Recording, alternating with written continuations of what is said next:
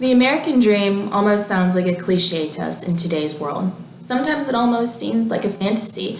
How can in a single lifetime can someone obtain so much wealth and fortune and notoriety when they come from such little means?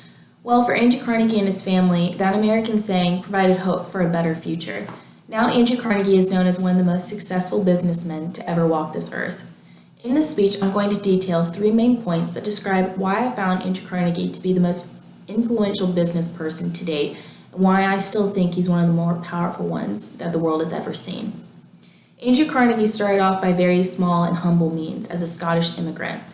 Secondly, he worked his way from the smallest job up to the highest position as CEO of his own company, and finally, he was able to give back to the world when he amassed all his wealth through charities and charitable acts.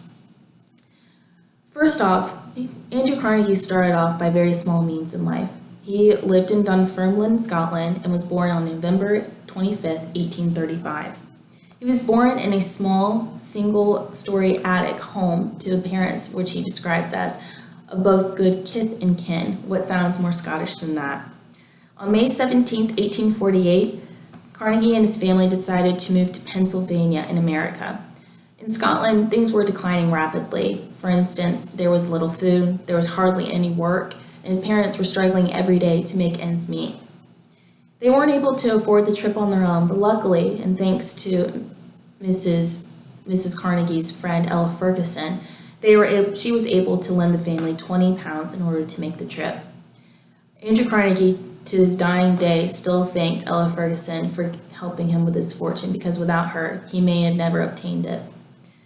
He remembers, in describing in his autobiography, his father's excitement while he sang, to the west, to the land of the free, where the mighty Missouri rolls down to the sea, where a man is a man even though he must toil, and the poorest may gather the fruits of the soil.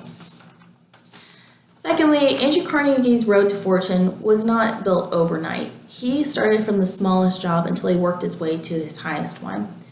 In his first job, he was a bobbin boy in a factory working with steam engines, the same factory he worked with his father. He details that he remembers waking up with his father before the sun even rose to start working at the factory, and then coming home long after the sun had set. During this time, he earned $1.20 per week. Now, compared to what he earned throughout his lifetime, that seems like hardly anything. In 1850, Carnegie began the start of what he considered his first true position as a messenger at the Pittsburgh Telegraph Office. He taught himself Morse code in order to maintain above the rest and compete with all the other boys in the same job, and therefore he was able to move farther in ranks than anyone else. He moved up in the telegraph industry and started working for Secretary Thomas A. Scott, who was at that time the Pittsburgh Division Superintendent of the Pennsylvania Railroad. At age 30, Carnegie went into business with his former bosses, Tom Scott and J. Edgar Thompson, and in his early 30s, he amassed his first fortune through oil, iron manufacturing, bond trading, etc. We also have to remember that during this time, the economy in America was booming, and also the Industrial Revolution was occurring, so what was more important during that time than oil and steel? He knew high political operatives in Washington as well as in London, and when I say high, I mean he knew the presidents, he knew secretaries of states, he knew legislative members, he knew people in London that were cabinet members and even prime ministers. He had his foot in every door, and not only did that help him financially, but also helped his business grow exponentially. In 1892, Carnegie faced one of the hardest problems he ever did as a business leader, and that's the Homestead Strike.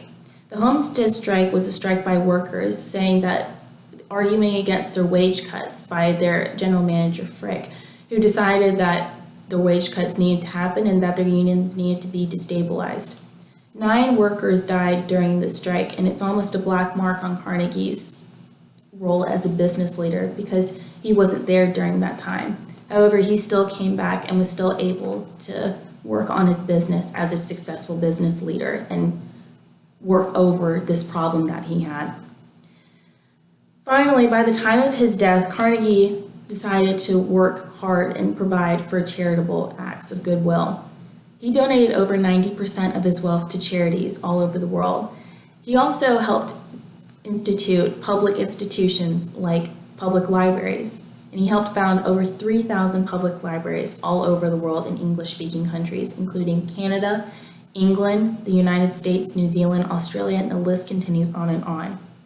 He founded universities, parks, and found better ways to help the public gain access of education. At the age of 13, he didn't have the choice to be able to continue his education. He had to stop and help his family while working in factories and building his fortune.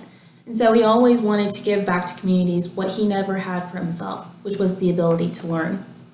Some of his achievements include helping found the Carnegie Corporation of New York, Carnegie Endowment of International Peace, Carnegie Institution for Science, Carnegie's Trust Fund for Universities of Scotland, Carnegie Hero Fund, and the list continues on and on. And some of his most notable things named after him include Carnegie Hall.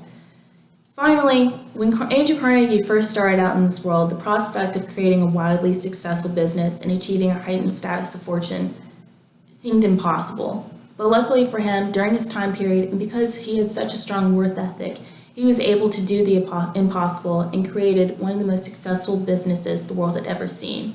To date, he's known as the second richest man in the entire world. He is the example of the American dream and demonstrates that even though he was not born in America, he was able to compete and grow a steel empire from nothing. And when it was time for him to leave this earth, he gave back to it through education. It always seems like a cliche to the American people and people throughout the world that you cannot obtain the American dream. But Andrew Carnegie stands as a symbol of hard work and proof that no dream is too big for America.